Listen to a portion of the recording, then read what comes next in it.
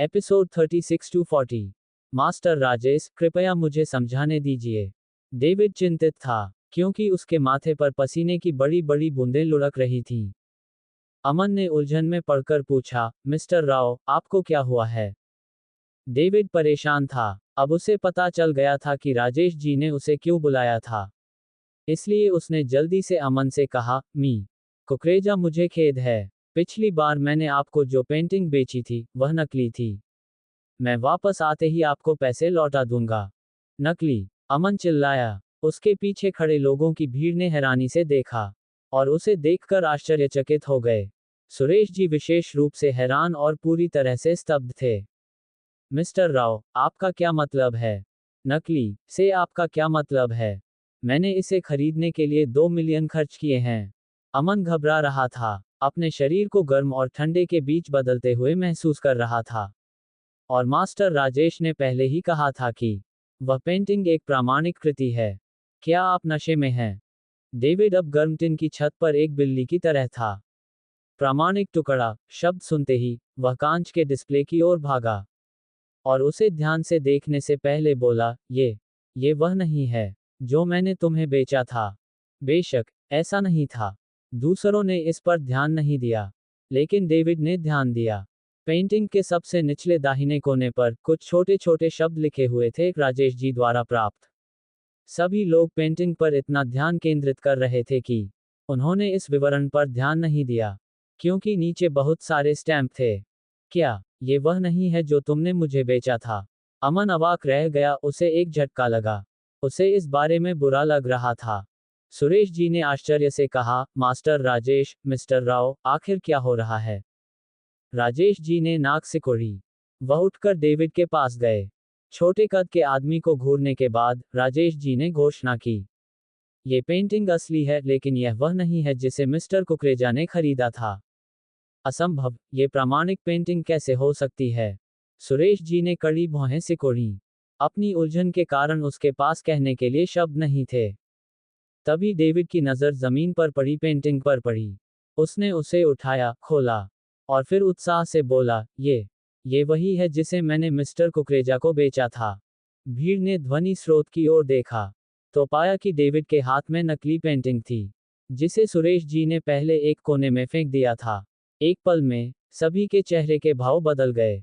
क्या हो रहा था? सुरेश जी अब गुस्से से कांप रहे थे। दिखावे की परवाह किए बिना उसका चेहरा खून से लाल हो गए थे, और वह दहाड़ रहे थे। अमन, क्या हो रहा है? वह नकली पेंटिंग तुम्हारी है? बेशक। अमन ने इसे स्वीकार करने से इनकार कर दिया। उसने कराहते हुए कहा, यह कैसे संभव है? मैंने उस पेंटिंग को खरीदने के लिए 2 मिलियन खर्च किए हैं। तो यह नकली कैसे हो सकती है? फिर वह डेविड की ओर घूरने लगा। मिस्टर राव, आप झूठ नहीं बोल सकते। एक बार फिर ठीक से देख लें। वह असली पेंटिंग है जिसे मैंने आपसे खरीदा था। डेविड अब झूठ बोलने की हिम्मत कैसे कर सकता था, मास्टर राजेश के रहते हुए? वह कभी भी तथ्यों को तोड़ मरोड़ कर पेश करने की हिम्मत नहीं कर सकता था, भले ही उसे 10 गुना हिम्मत दी जाए। डेविड ने तुरंत कहा, मिस्टर कुकरेजा, मुझे सच में खेद है। आप उस समय पेंटिंग के बारे में कुछ नहीं जानते थे, इसलिए मैंने आपको नकली पेंटिंग दी। लेकिन चिंता न करें, मैं आपको बाद में 3 मिलियन वापस कर दूंगा। वह अतिरिक्त 1 मिलियन आपके लिए मेरा मुआवजा होगा। आखिर कौन चाहता है तुम्हारा 1 मिलियन? अमन गुस्से से भड़क उठा। अब उसे समझ में आ गया कि पहले जो नकली पेंटिंग थी, वह असल में वही थी जो उसने खरीदी थी। और यह असली पेंटिंग। सबकी नजरें अर्जुन पर टिकी थी, जो एक कोने में मासूमियत से खड़ा था। मैंने इसे बस यूं ही एंटीक मार्केट से खरीद लिया था। अरे वाह, उस आदमी ने तो वाकई एक असली पेंटिंग चुनकर पाली थी। कितना किस्मत वाला है। यद्यपि सुरेश जी को गुस्सा आया, लेकिन कम से कम एक पेंटिंग असली थी। हो अमन, तुमने वास्तव में मुझे नकली उपहार देकर धोखा देने की कोशिश की है। सुरेश जी गुस्से में थे। मेरे घर कभी मत आना, और जो भी उपहार तुम लाए हो, उन्हें अपने साथ वापस ले जाओ। अमन अपना नाम साफ नहीं कर पाया। उसे नहीं पता था कि डेविड सबके सामने ऐसा क्यों कहेगा। उस आदमी को इससे क्या हासिल होगा? गुस्से में अपनी मुट्ठियां भींचते हुए अमन ने अर्जुन को घूर कर देखा, और जाने के लिए मुड़ गया। ये दिन वाकई बहुत शर्मनाक था। सबसे बड़ी बात यह थी कि शर्मा अंकल ने अब उसके लिए कोई एहसान नहीं छोड़ा था। अमन के जाने के बाद सुरेश जी ने डेविड से पूछा, क्योंकि वह अभी भी उलझन में था, मिस्टर राव, आपने कैसे पहचाना कि यह पेंटिंग आपकी नकल है? सुरेश जी ने डेविड को परेशान करने के डर से अपनी बात पूरी नहीं की। आखिरकार वह आदमी अभी भी एंटीक मार्केट में एक मशहूर शख्सियत था। डेविड मुस्कुराए और बोले, मिस्टर शर्मा, ये प्रामाणिक पेंटिंग वास्तव में हमेशा रू हो हो। डेविड की बात पूरी होने से पहले ही राजेश जी ने खांसते हुए डेविड को टोका। फिर राजेश जी ने डेविड की तरफ कुछ इशारे किए। डेविड को तुरंत समझ में आ गया और उसने खुद को सुधारा। मैं अपने जाली सामान को कैसे नहीं पहचानूंगा? यह अजीब लग रहा था। इस हंगामे के बाद अब सभी को पता चल गया था कि सुरेश जी के निकम्मे दामाद ने इस प्रामाणिक चीनी पेंटिंग को प्राचीन वस्तुओं के बाजार से बेतरतीब ढंग से खरीदा था। कितना भाग्यशाली निकला उनका दामाद। जब सभी लोग राजेश जी की फिर से तारीफ करने के लिए तैयार थे तो वह आदमी अपने पैरों को घसीटता हुआ बड़ी मुस्कान के साथ अर्जुन के पास गया। मिस्टर क्ला, नौजवान, तुम बहुत किस्मत वाले हो। यह मेरा कार्ड है। राजेश जी अर्जुन को एक छोटा सा कार्ड दिया। अर्जुन ने हल्के से सिर हिलाया और उसे स्वीकार कर लिया। वह जानता था कि राजेश जी यह सब सिर्फ लोगों की नजरों के लिए कर रहे थे। अर्जुन, तुम ध्यान क्यों भटका रहे हो? मास्टर राजेश को तुरंत धन्यवाद दो। जब सुरेश जी ने अर्जुन की सुस्त प्रतिक्रिया देखी तो उसका चेहरा काले पड़ गए। धन्यवाद, मास्टर राजेश। अर्जुन इंस्टेंट मुस्कुराया। राजेश जी ने इसे स्वीकार करने की हिम्मत नहीं की और वह मुश्किल से सीधे खड़ा हो पा रहे थे, इसलिए वह केवल प्रतिक्रिया में मुस्कुराए। अर्जुन के रेनाराइट ने पहले तो कई लोगों से शिकायत कर दी थी। उन्होंने अपनी मजाक उड़ान शुरू कर दी थी। मास्टर राजेश ने असल में अपना नाम कार्ड एक घटिया आदमी को दे दिया है। इससे क्या, ये बस नाम का कार्ड है।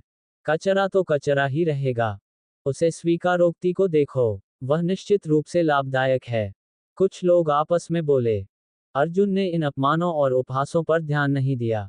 वह एक कोने में खड़ी रही। तभी उसका फोन बजा। ये टीना का फोन था। समय पर एक नज़र डालने के बाद उन्होंने अनुमान लगाया कि टीना शायद अहाना की देखभाल के लिए अधीर हो रही थी और उसने उसे घर वापस भेजने के लिए फोन किया था। जब कॉल लगी तो अर्जुन ने क्षमाप्रार्थी स्वर में कहा, टीना, मुझे खेद है। मैं शीघ्र ही वापस आ रहा हूँ। निकम्मे जीजा जी। टीना अर्जुन के साथ रूखा व्यवहार कर रही थी जैसा वह हमेशा करती थी। वही वो रूठी हुई लग रही थी और डर भी रही थी अहाना के लिए। ये खबर अचानक आई। अर्जुन कुछ सेकंड के लिए स्तब्ध रह गया, फिर आखिरकार उसने टीना के शब्दों को पचा लिया। उसकी आवाज तुरंत कुछ डेसिबल बढ़ गई। अहाना गायब है। तुम कहाँ हो? ये बहुत जरूरी था। अर्जुन को लगा जैसे किसी ने उसकी छाती पर जोर से लात मारी हो। उसकी पीठ अब पसीने से भीग चुकी थी। जीजा जी, मैं मिलेनियम एम्यूजमेंट पार्क में हूँ, मैं सिर्फ। टीना फोन पर साफ तौर पर घबराई हुई लग रही थी। उसके पीछे लोगों की मौज मस्ती की आवाजें आ रही थीं। वहां रुको, मैं आ रहा हूं, अर्जुन ने दहाड़ते हुए कहा। अहाना गायब थी। अब उसके पास गैलरी में बैठे लोगों के लिए समय नहीं था, इसलिए वह जल्दी से बाहर निकल गया। उसके पीछे से राजेश जी ने उसे कई बार आवाज लगाई, लेकिन अर्जुन ने कोई जवाब नहीं दिया। सुरेश जी ने तिरस्कार भरे शब्दों में कहा कि अर्जुन में कोई शिष्टाचार नहीं है और वह अपनी मौत की ओर भाग रहा है। अर्जुन ने सुरेश जी को ये बताने की हिम्मत नहीं की कि अहाना गायब है, ये सोचकर कि बूढ़ा आदमी अहाना की सुरक्षा की बिल्कुल भी परवाह नहीं कर सकता। उनके लिए अहाना का जन्म शर्मा परिवार के लिए अपमानजनक था, क्योंकि अर्जुन और अनिका ने शादी से पहले ही उसे जन्म दे दिया था। इस घटना ने शर्मा परिवार को शर्मसार कर दिया था, सुरेश जी को शर्मिंदा कर दिया था और अनिका को काफी नुकसान पहुंचाया था। गैलरी से बाहर निकलते ही अर्जुन की मुलाकात कबीर से हुई, जो बाहर इंतजार कर रहा था। अर्जुन ने उत्सुकता से कहा, मिलेनियम अम्यूजमेंट पार्क में, जल्दी से चलो। कबीर ने सवाल पूछने की जहमत नहीं उठाई। अर्जुन इतना बेचैन दिख रहा था, मानो आसमान गिरने वाला हो। गाड़ी में बैठने के बाद कबीर ने जल्दी से गाड़ी स्टार्ट की और उन्हें मिलेनियम अम्यूजमेंट पार्क ले गया। रास्ते में अर्जुन कबीर से लगातार तेजी से चलने का आग्रह करता रहा, तो कबीर ने आखिरकार पूछा, मिस्टर कपूर, क्या हो रहा है? ये बहुत जरूरी लगता है। क्या आपको मेरी मदद चाहिए? अर्जुन तुरंत शांत होकर सोचने लगा। मेरी बेटी मिलेनियम अम्यूजमेंट पार्क में खो गई है। अपने आदमियों को जल्दी से खोज करने के लिए भेजो। हमें उसे ढूंढना ही होगा। इसमें कोई आश्चर्य की बात नहीं थी कि अर्जुन इतना दुखी था। अगर उसका बच्चा खो जाता तो कौन दुखी नहीं होता। और तो और, अहाना अर्जुन की पूरी दुनिया थी। अगर उसे मानव तस्करों ने अगवा कर लिया, तो परिणाम भयावह होंगे। जब कबीर ने ये सुना, तो उसका पूरा शरीर तनाव में आ गया। उसने जल्दी से अपना फोन निकाला और अपने आदमी को फोन किया, टाइगर, जल्दी करो, कंपनी के सभी लोगों को बुलाओ। मिलेनियम अम्यूजमेंट पार्क को केंद्र बिंदु बनाकर इलाके में 10 किलोमीटर तक खोज करो और एक बच्चा ढूंढो। मिस्टर कपूर, क्या आपके पास अपनी बेटी की कोई तस्वीर है? मुझे भेजिए, मैं अपने लोगों को बुलाकर उसे खोजूंगा। हम शहर में हर जगह गुमशुदा व्यक्ति का विज्ञापन लगाएंगे। अर्जुन ने अहाना की तस्वीर कबीर को भेजी। जल्द ही वे मिलेनियम एम्यूजमेंट पार्क पहुंच गए। दूर से देखा तो 5 लड़के एंट्रेंस गेट पर खड़े थे और किसी का बेसब्री से इंतजार कर रहे थे। जैसे ही अर्जुन कार से उतरा, वह दौड़कर उनके पास गया। टीना, अहाना कहाँ है? वह कहाँ गायब हो गई? क्या तुमने स्टाफ से घोषणा करवा ली है? टीना स्पष्ट रूप से परेशान दिख रही थी। उसने रोते हुए कहा, जीजाजी, मुझे भी नहीं पता। मैं अपने दोस्तों के साथ खेल रही थी और जब मैंने पलट कर देखा तो अहाना गायब हो गई थी। हाँ, वह बच्चा बहुत शोर मचा रहा था। सुनो, आप अपनी बच्ची के अकेले भाग जाने के लिए हमें दोषी नहीं ठहरा सकते।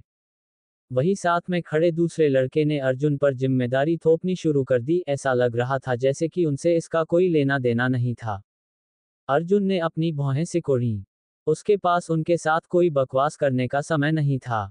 टीना के घबराए हुए चेहरे को देखकर और उसकी आंखों में आंखें डालने की हिम्मत न होने पर अर्जुन को पता चल गया कि टीना ईमानदार नहीं थी। टीना शर्मा। अर्जुन कुछ कदम आगे बढ़ते हुए दहाड़ा। तुम मुझे सच बताओ, अहाना कहाँ है? तुम उसे कैसे खो बैठी? अर्जुन ने इस एक दहाड़ में अपनी सारी चिंता और गुस्सा बाहर निकाल दिया था, जो उसने यहां आने के दौरान इकट्ठा किया था। टीना तुरंत स्तब्ध रह गई और मुंह फुलाते हुए रोने लगी। उसके पीछे खड़े लड़के नाराज हो गए और अर्जुन को धक्का देने लगे। खास तौर पर एक लड़का जो गैंगस्टर की तरह कपड़े पहने हुए था और उसकी चोटी और बालियां ऊपर की ओर थी। टीना को ऐसे ढक रहा था जैसे वह बॉस हो और अर्जुन को चेतावनी दे रहा था। अरे अरे अंकल, तुम क्या कर रहे हो? तुम किसे धमकी देने की कोशिश कर रहे हो? तुम्हारी बेटी लापता है, क्योंकि वह इसके लायक थी। वह छोटी कुतिया की तरह इधर उधर भागती रही। थप्पड़। अचानक अर्जुन ने लड़के को जोरदार थप्पड़ मारा। उस लड़के ने अपना हाथ अपने गल पर रखा और हैरान होकर अर्जुन को घूरने लगा। भाड़ में जाओ, तुमने मुझे मारा। क्या तुम्हें पता है कि मैं कौन हूं? रुको, मैं तुम्हें पीटने के लिए किसी को बुलाता हूं। अर्जुन का चेहरा उदास हो गया। ये सभी लड़की इतने अशिक्षित क्यों हैं? एक व्यक्ति को गायब करने के बाद भी वे इतने घमंडी हैं। कबीर अब अम्यूजमेंट पार्क के दफ्तर से बाहर आ चुका था और उसने दूर से देखा कि अर्जुन इन लड़कों के साथ बहस कर रहा था। बेटे, तुम किसको पीटने की कोशिश कर रहे थे? एक बार और कहो। कबीर ने खतरनाक नजर से तेजी से आगे बढ़कर अपनी आस्तीनें ऊपर करके अपने टैटू दिखाए। जब लड़के ने उस चमकदार कबीर को उसके डरावने हाव भाव और टैटू के साथ देखा तो वह तुरंत पीछे हट गया और दबी हुई आवाज में कुछ बुदबुदाया। अर्जुन के पास उसके लिए समय नहीं था। उसने गंभीरता से पूछा, टीना शर्मा, मुझे सच बताओ, अहाना कैसे गायब हो गई? टीना ने अपना सिर नीचे कर लिया, एक शब्द भी बोलने की हिम्मत नहीं जुटा पाई। मुझे बताओ, अर्जुन दहाड़ा। टीना ने अपने दोस्तों की तरफ देखा, वो दुखी दिख रही थी। फिर आखिरकार हकलाते हुए बोली, मैंने गलती से उसे अकेला छोड़ दिया। ये सब इसलिए हुआ क्योंकि वह घर जाने के लिए परेशान हो रही थी और इधर उधर भाग रही थी। इसलिए मैंने उसे सबक सिखाया। क्या मैंने कुछ गलत किया है?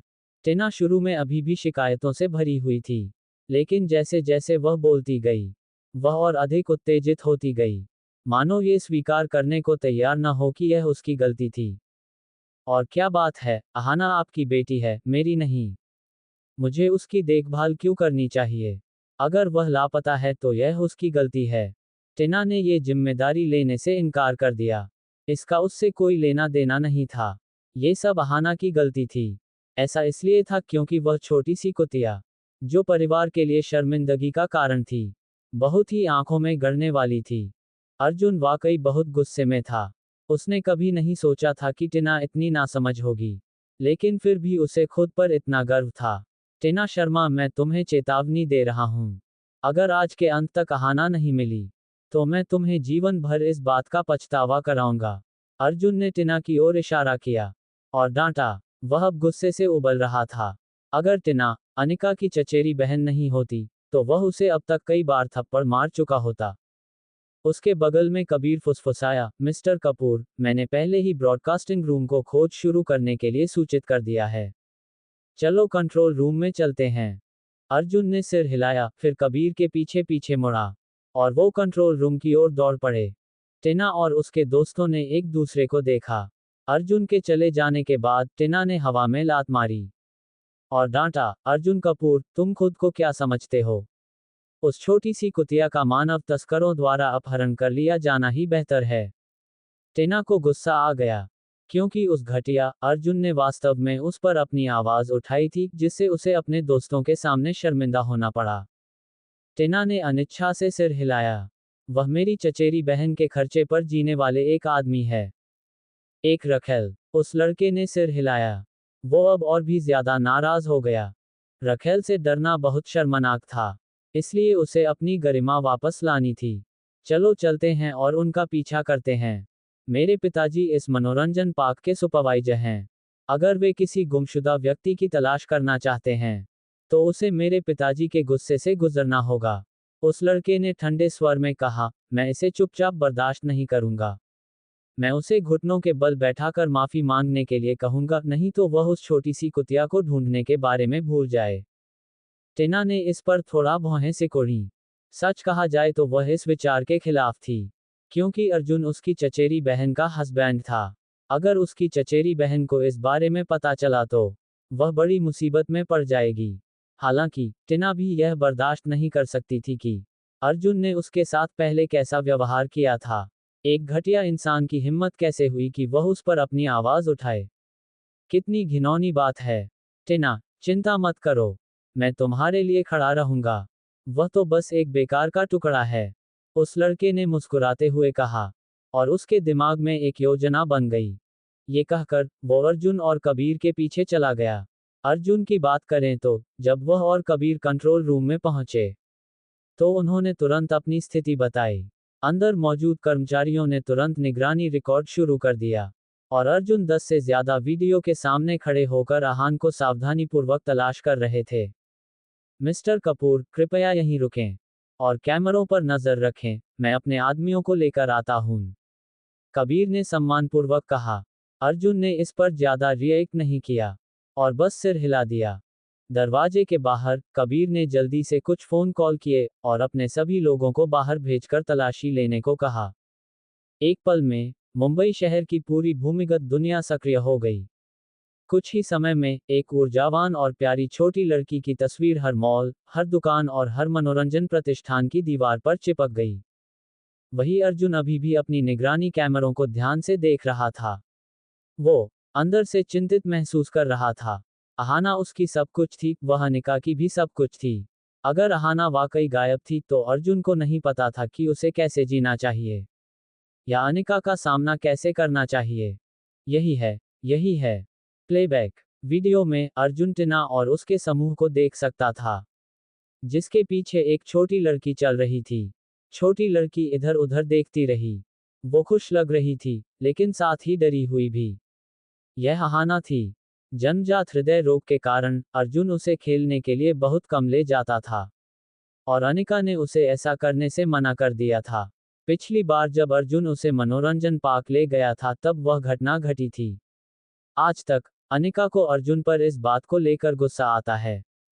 इससे भी ज्यादा दुखद बात यह थी कि टीना और उसके समूह ने अपने पीछे खड़ी छोटी लड़की को पूरी तरह से नजरअंदाज कर दिया था। वे सिर्फ मौज मस्ती करने और तस्वीरें लेने पर ध्यान दे रहे थे। जहां तक अहाना का सवाल है, उसे उनकी गति के साथ बने रहने के लिए दौड़ते रहना पड़ा। जब वह कुछ बार गिर गई, तो उसने धीरे धीरे खुद को संभाला और फिर समूह का पीछा करना जारी रखा। ये बहुत दुखद था। छोटी लड़की सिर्फ 3 साल की थी। वही वो गिरी हुई लड़की टीना शर्मा। अगले कुछ दृश्यों ने अर्जुन को पूरी तरह से क्रोधित कर दिया। उसकी उंगलियां पीली पड़ गईं और उसकी आंखों में क्रोध अशांत तरंगों की तरह था। ऐसा लग रहा था जैसे अहाना उन्हें बता रही थी कि वह घर जाना चाहती है।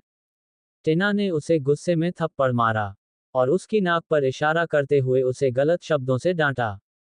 सबसे बुरी बात यह थी कि टीना ने उसके बाद अहाना को वहीं अकेला छोड़ दिया और अपने दोस्तों के साथ चली गई।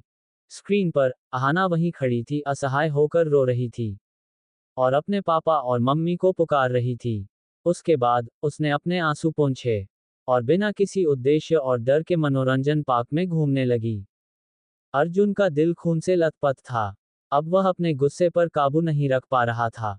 3 साल की छोटी बच्ची अहाना को टीना और उसके दोस्तों ने भीड़ भरे पार्क में अकेला छोड़ दिया था।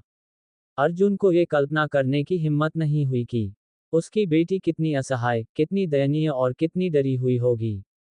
टीना शर्मा, भाड़ में जाओ तुम। अर्जुन ने अपने होठों को बुरी तरह से भींच लिया, क्योंकि उसने खूनी आंखों से उन शब्दों को जबरन बाहर निकाला। तो क्या हुआ अगर वह अनिका की चचेरी बहन थी? तो क्या हुआ अगर वह शर्मा परिवार के दूसरे चाचा का कीमती खजाना थी? वह अहाना के साथ इस तरह का व्यवहार करके बस अपनी कब्र खोद रही थी। अचानक कंट्रोल रूम का दरवाजा खोला गया और करीब 7 लोग कमरे में दाखिल हुए। वो लड़का जिसे अर्जुन ने थप्पड़ मारा था, वो और उसका समूह भी शालीनता से कमरे में दाखिल हुआ। मुख्य भूमिका में एक मध्यम आयु वर्ग का व्यक्ति था, जो नौसेना का सूट पहने हुए था और उसकी आभा प्रभावशाली थी। अर्जुन कपूर कौन है? अर्जुन घर का उन सब की तरफ देखा। इस वक्त अर्जुन गुस्से से बौखलाया हुआ था। वही उस लड़के के साथ उसका डैड भी था। वह अर्जुन की तरफ देखने लगा। तभी वह लड़का बोला, डैड, यह वही इंसान है जिसने मुझे थप्पड़ मारा था। ये सुनते ही उसके डैड गुस्से से चिल्लाते हुए बोले, तुम्हारी इतनी हिम्मत कि तुम मेरे बेटे को थप्पड़ मारोगे? ये कहते हुए वह जैसे ही अर्जुन की तरफ बढ़ने लगा कि तभी उनके सामने कबीर कर खड़ा हो गया। कबीर भी गुस्से से उन सबको घूर रहा था।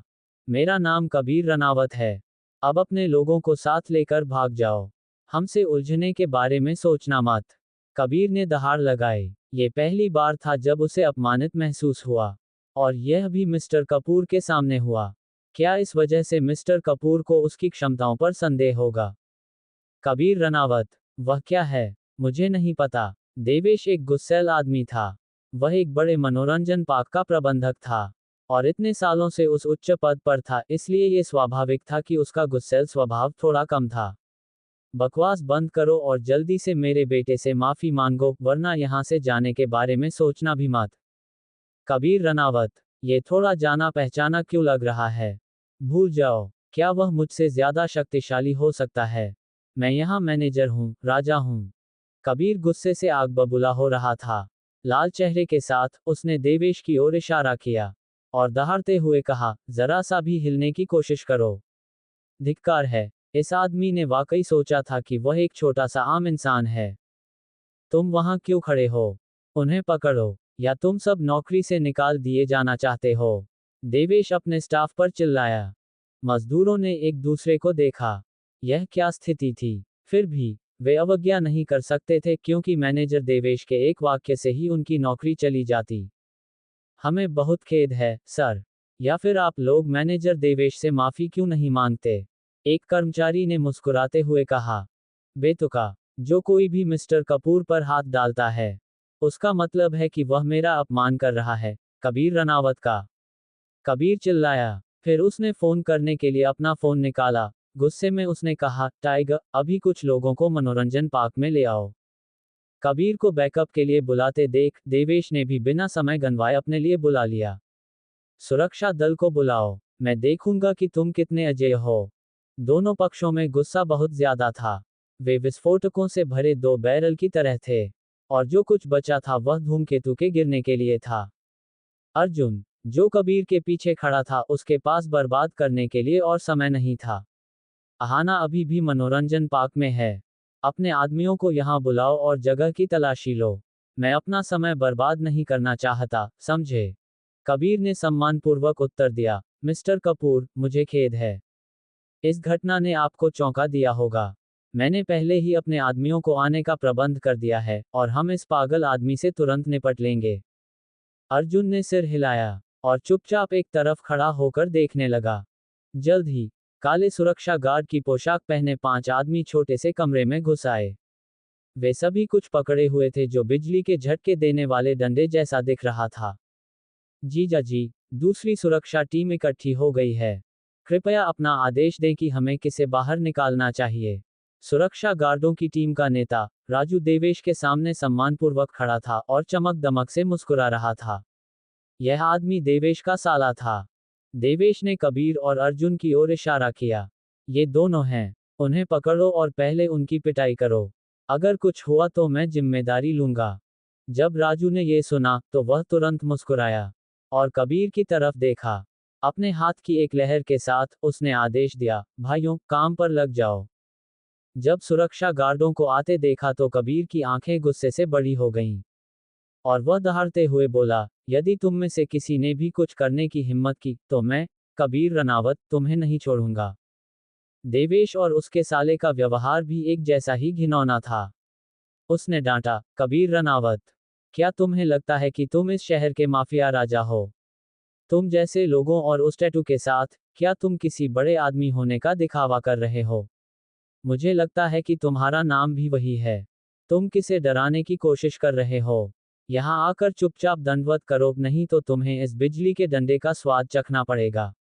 उसके हाथ में डंडे से नीली बिजली की चिंगारी निकल रही थी जिससे चटकने की आवाज आ रही थी।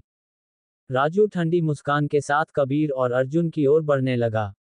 क्या आप घुटने टेकेंगे या नहीं? तभी समूह के पीछे से एक गुस्से भरी दहाड़ सुनाई दी। दूर हटो। 10 से ज्यादा मजबूत आदमी आगे बढ़े। मुख्य व्यक्ति ने छोटे बाल रखे थे, छोटी आस्तीन वाली नेवी ग्रीन शर्ट और लंबी पैंट पहनी हुई थी। उसकी सांवली त्वचा उसे बहुत ज्यादा मजबूत और शक्तिशाली दिखा रही थी। ये लाइन अब बहुत प्रभावशाली और दबंग लग रहा था। उन बलवान लोगों ने कुछ सुरक्षा गार्डों को ऐसे धकेल दिया जैसे वे छोटी लड़कियां हों। तुम लोग कौन हो? क्या तुम नहीं देख सकते कि मैं व्यस्त हूं? राजू असंतुष्ट होकर चिल्लाया। चुप रहो। जब देवेश ने मुख्य किरदार के हाथ पर बाघ का टैटू देखा तो उसका चेहरा बदल गया। उसका माथा पसीने से लथपथ था और उसने अपने साले के चेहरे पर जोरदार तमाचा मारा।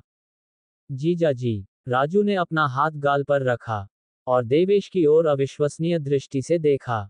हालांकि देवेश पहले ही बड़ी मुस्कान के साथ और थोड़ा झुककर उन आदमियों के पास पहुंच चुका था।